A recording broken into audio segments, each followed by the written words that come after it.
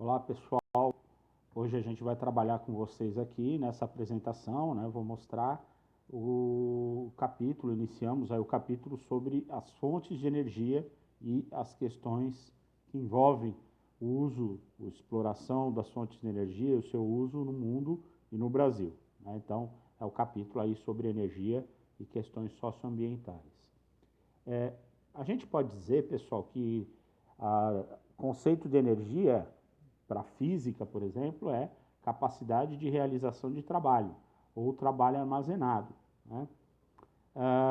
A maior parte das fontes de energia, quase todas as fontes de energia no mundo, tem a sua origem no Sol, né? Na radiação solar, a energia solar que chega até nós. É através dessa radiação que os seres vivos se desenvolvem e que a partir dela, então, todas as fontes de energia primárias, né, que existem no mundo se desenvolveram.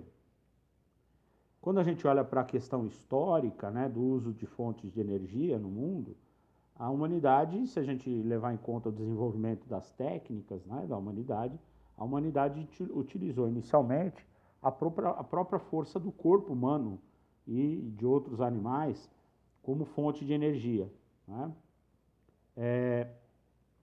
Com a evolução das técnicas, uso de máquinas a partir da Revolução Industrial, outras fontes foram utilizadas, passaram a ser utilizadas pelo homem, como a água, o carvão mineral, o petróleo, o gás natural, a biomassa, cana, lenha, carvão vegetal, a energia nuclear do átomo, o sol, o vento e etc. Então, as fontes de energia foram se diversificando ao longo do tempo à medida em que o homem foi aprimorando suas técnicas em termos da produção. Esse é um gráfico que mostra a produção mundial de energia hoje, né? Isso em termos mundiais. Então, a gente percebe que há um predomínio da fonte não renovável. Então, se a gente olhar aí para o gráfico, 30% da consumo mundial de energia vem do petróleo, 22% carvão, 23% gás natural e 6% energia nuclear. Todas essas fontes são fontes não renováveis, né? A gente já vai esclarecer isso com vocês. O restante, né, são fontes renováveis, são utilizadas no mundo. Matriz energética, o conceito de matriz energética é isso, é de onde vêm, né, as principais fontes primárias que são utilizadas pelas sociedades, né? Então, esse é um gráfico que mostra essa matriz energética mundial.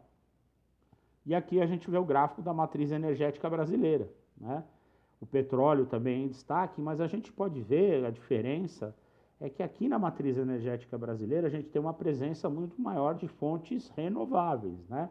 Como os derivados de cana, como o etanol, principalmente, a energia hidráulica, né? Que são fontes de energia renováveis, né? Então, a matriz energética brasileira, se a gente olhar, ela é mais diversificada que a mundial e ela tem uma presença maior das fontes renováveis, o que é interessante para o Brasil do ponto de vista estratégico, né? Visto que as fontes não renováveis vão se esgotar, né? Então, essa é a distribuição aí das principais fontes usadas no Brasil. Como eu disse anteriormente, a gente pode dividir as fontes de energia em fontes renováveis, são aquelas que, apesar do uso humano, não vão se esgotar, pois a natureza repõe, né, na escala de tempo humano, como a água, a biomassa, a energia solar, a energia eólica. E as fontes não renováveis, que são aquelas que se esgotarão pelo uso humano, pois são aquelas fontes que se formaram, demoraram milhões de anos, na escala geológica do tempo, para se formar. A partir do momento que o homem faz uso dessas fontes, elas tendem a se esgotar, porque não há tempo de reposição, como o carvão mineral, o petróleo e o gás natural. Esse gráfico é um gráfico que vem mostrando, né, desde a década de 1980, a demanda, o consumo de energia no mundo, né, a partir das diversas fontes. E a gente percebe, né, uma mudança ao longo do tempo aí das fontes que vão aparecendo, das fontes que são mais utilizadas, né? O consumo, de uma forma geral, cresceu bastante, né? Se a gente considerar aí os últimos 40 anos, mas nós tivemos algumas mudanças interessantes, né? que foi o aparecimento das fontes renováveis de energia, o crescimento do uso da biomassa, da energia hidráulica, né? Mas ainda temos o domínio do petróleo e do carvão mineral, né? O petróleo e carvão mineral corresponde ainda basicamente mais da metade do consumo mundial de energia, né? Quando a gente pensa em termos de energia, uma questão que se coloca é o consumo de energia. Ele é um fator importante para a gente pensar no desenvolvimento, no grau de desenvolvimento de uma nação. Então, um país altamente industrializado, urbanizado, né, que tem uma economia pujante, forte, tem um consumo elevado de energia. Lembrando que os países que estão localizados em elevadas latitudes, eles consomem mais energia em razão da necessidade do aquecimento, né, por conta das baixas temperaturas aí do clima. A desigual distribuição dessas fontes pelo mundo gera conflitos, né, disputas de interesses que envolvem empresas, países, pelo acesso e pelo controle da produção e dos preços. A gente vai aprofundar um pouquinho mais isso mais para frente. O setor energético é considerado estratégico, pois dele dependem outros setores da economia. A indústria, as atividades comerciais e de serviços, transporte, saúde, educação, pesquisa, todos os outros setores são dependentes do setor energético, né? Então, daí seu caráter estratégico. O acesso às fontes de energia, a produção e a distribuição dela, como eu disse, é alvo de disputas entre grandes empresas, entre países, geralmente, ou são setores controlados pelo Estado ou por grandes empresas concessionárias. Em geral, os custos da geração dessa energia são repassados para toda a sociedade, né? Então, o custo de geração, de transporte dessa energia acaba sendo mantido, acaba sendo garantido pelo consumo, por quem paga, né, essa energia, que são os consumidores, toda a sociedade. Nessa aula, pessoal, a gente vai falar mais a respeito só do petróleo. Nós vamos tratar do petróleo e o petróleo proveniente das jazidas, né, mas também do xisto betuminoso, de onde se pode extrair petróleo e gás também. O petróleo é um hidrocarboneto fóssil, se formou há milhões de anos pelo soterramento de material orgânico, né, plantas e animais de origem marinha, em ambientes pouco oxigenados, que são o fundo de mar, né? Aliás, daí que vem a expressão combustível fóssil, né, para denominar o óleo diesel, a gasolina, que são provenientes do petróleo, que são resultados do refino do petróleo, né? As áreas de exploração podem ocorrer em terra, né, ou em continentes, ou no mar. A gente chama as áreas de exploração em terra são denominadas onshore, e as jazidas que se encontram no fundo do mar, offshore. É um recurso muito antigo, utilizado como matéria-prima desde a antiguidade. Quando a gente vê, por exemplo, reservatório de água na civilização inca, se usava o betume, né, o petróleo, como uma forma de conter vazamentos.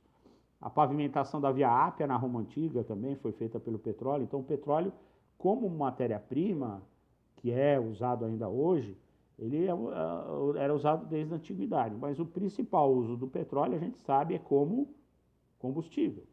Como combustível é usado desde o fim do século XIX, nos Estados Unidos, quando ele substituiu o óleo de gordura de baleia, né, na iluminação pública, e em indústrias na substituição ao carvão mineral. Sem dúvida, o que deu grande impulso ao consumo de petróleo no mundo foi o advento da indústria automobilística, do motor à explosão, do motor do automóvel. Isso lá a partir do final do século XIX, né? Grandes indústrias petrolíferas se constituíram a partir daí, né?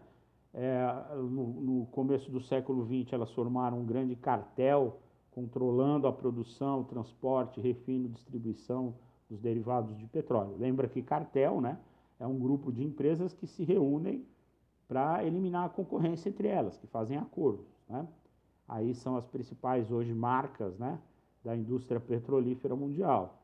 que são essas, vamos dizer, derivadas das grandes 7 irmãs, né?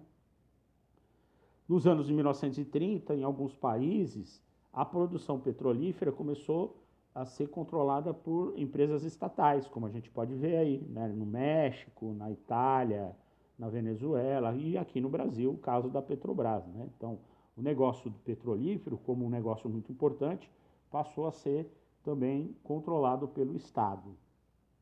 Aqui a gente tem um mapa mostrando a distribuição das prováveis reservas de petróleo no mundo, né? Percebam que o Oriente Médio é que possui a maior reserva de petróleo, né?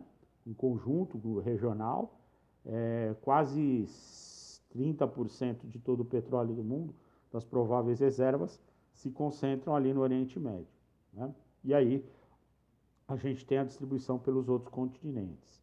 Em relação ao consumo também, vemos que os países ricos do norte, a Europa, a América do Norte, são os países que mais consomem energia, consomem petróleo, né? Como vocês podem ver aí no gráfico. Aqui um gráfico interessante, porque ele faz uma comparação entre os descobrimentos das jazidas de petróleo e o consumo, né? E a gente vê uma projeção que, apesar do crescimento, né, do consumo, os descobrimentos em si se tornando mais rarefeitos, né? E isso que leva à preocupação, à questão do esgotamento do petróleo no futuro próximo, talvez. O petróleo também pode ser obtido a partir do xisto betuminoso. O que é o xisto? O xisto é uma rocha que tem uma alta concentração de petróleo nos seus poros, né? No Brasil temos grandes jazidas desse óleo, né, de xisto, porém o problema é que a produtividade é menor, né, já que você não consegue produzir muito em relação ao custo que ele implica, né, no investimento da sua extração, e também em termos ambientais, né, uma exploração problemática. A gente vê nos Estados Unidos que há pouco tempo, desde 2015 mais ou menos, se transformou num grande produtor mundial de petróleo, extraindo o petróleo do xisto, numa técnica chamada craqueamento, que é o fracking, né? O craqueamento, que é injetar uma mistura de areia e substâncias químicas nas rochas para elas expulsarem o petróleo e aí extrair, né? Graças ao petróleo do xisto e o gás do xisto, os Estados Unidos se transformaram num grande produtor mundial, diminuindo a dependência dele em relação ao Oriente Médio, em relação à Venezuela, que são áreas produtoras de petróleo, né? Então, essa é uma mudança importante dentro do jogo geopolítico do petróleo no mundo nos últimos anos, né? Esse aumento da produção do xisto pelos Estados Unidos. É isso, pessoal, beleza? Um abraço, até mais.